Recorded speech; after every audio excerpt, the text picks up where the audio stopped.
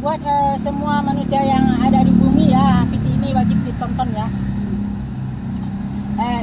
Ini adalah masalah yang paling besar di muka bumi ya, tapi tidak semuanya orang menyadarinya ya. Mungkin baru buat yang menonton VT saya ya, yang mungkin VT ini ya, atau VT yang baru-baru keluar ini ya, yang saya bahas tuh tentang sumber daya alam ya, tentang kemacetan. Mungkin kalian agak bingung, mungkin banyak juga penonton nggak ngerti apa maksud saya, apa sih VT-nya yang dibahas nggak jelas gitu ya. Tapi kenapa saya selalu berkata setiap saya memulai VT ini wajib didengarkan bagi semua manusia yang ada di bumi, karena ini masalah besar. Maka dengan ini, kalau kalian kepengen tahu dengan jelasnya, mungkin kalian bisa lihat VT yang saya yang terdahulu. Saya juga bikin VT baru beberapa hari ya, baru 20 harian lah. Jadi kalau kalian ingin tahu apa yang saya bahas ini adalah tentang penyelamatan sumber daya alam dan termasuk manusia itu sendiri ya. Jadi kalau kalian menonton VT ini biar lebih jelasnya ya, tonton ke VT saya yang dari awal. Nanti disitulah, dan nanti kalau kalian menonton semuanya, nanti kalian penonton ini 100% akan mengerti apa maksud VT saya yang ini. Nah, VT saya ini kan membahas ini kan VT-nya ini kan yang intinya kan di awal ya, ini mungkin di akhir-akhir VT-nya ya. Yang saya bahas itu tentang ini masalah kemacetan ini ya. Kemacetan itu kemarin kan sudah saya bahas ya, apa penyebab macet itu. Jika di sebuah negara itu terjadi kemacetan, itu penyebabnya adalah kehilangan lahan-lahan di situ. Kenapa itu macet? Karena kalau di situ macet berarti di situ banyak rumah-rumah, kantor-kantor, pabrik-pabrik ya. Makanya di situ terjadi kemacetan karena lahan-lahan itu sudah hilang ya. Itu akibatnya. Yang lahan tadi adalah sumber daya alam kita.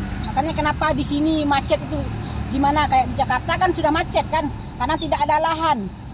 Ini yang macet ini berhubungan dengan sumber daya alam yang akan merugikan segala manusia itu sendiri, termasuk nih yang kerja di jalan ya. Saya kan sebagai driver ya, bukan saya aja driver ya, tapi ribuan driver di jalan ini yang kehilangan rezekinya gara-gara kemacetan tadi. Kenapa? Saya sebagai driver ya, kenapa macet ini merugikan segala aspek, tidak ada yang diuntungkan, tetap merugikan. Apalagi sebagai driver ya. Ini saya contohkan saja ya, saya sebagai driver nih, karena saya sini kan macet sini ya. Kalau sudah macet, kenapa rugi? Misalnya gini ya, kalau di daerah macet itu, saya sebagai driver perjalanan yang tadi 15 menit bisa jadi 1 jam. Atau perjalanan setengah jam jadi 3 jam.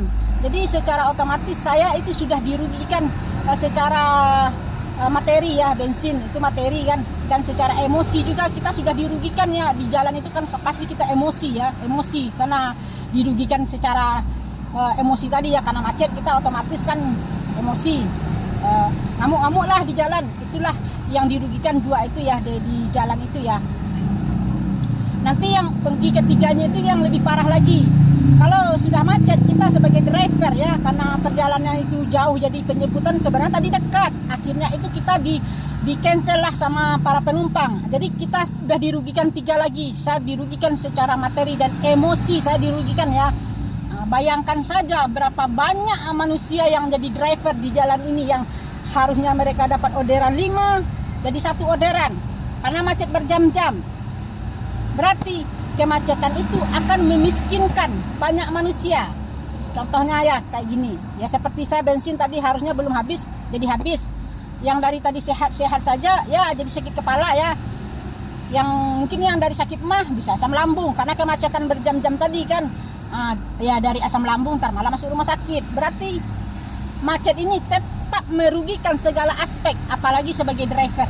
Ya orang pulang kerja, yang orang mau ke kantor itu juga pasti telat, atau yang mau ke bandara juga telat, akhirnya ya tiketnya hangus, kita sudah dirugikan kan, telat kerja kita sudah dirugikan juga. Pokoknya segi kemacetan itu tidak ada yang diuntungkan satu. Itu apa penyebabnya? Ya karena sumber daya alam tadi yang hilang. Jadi semakin bumi ini macet, semakin jalan itu macet, ekonomi kita mundur, termasuk yang hidup di jalan ya. Jadi ingat, kalau kita kehilangan sumber daya alam, rugi besar. Ditambah lagi dengan ekonomi kemacetan itu. Jadi kita 2 yang hilang. kehilangan sumber daya alam untuk selama-lamanya. Yang kehilangan tadi menimbulkan kemacetan. Yang kemacetan itu menimbulkan kerugian materi dan emosi bagi orang yang hidup di jalan.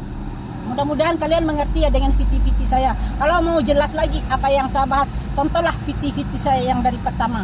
Kalau kalian menonton, saya jamin dunia akan selamat, yaitu sumber daya alam kita dan anak-anak kita akan selamat. Oke, sampai di situ aja ya. Sekarang saya membahas kemacetan, tapi tetap berhubungan dengan sumber daya alam.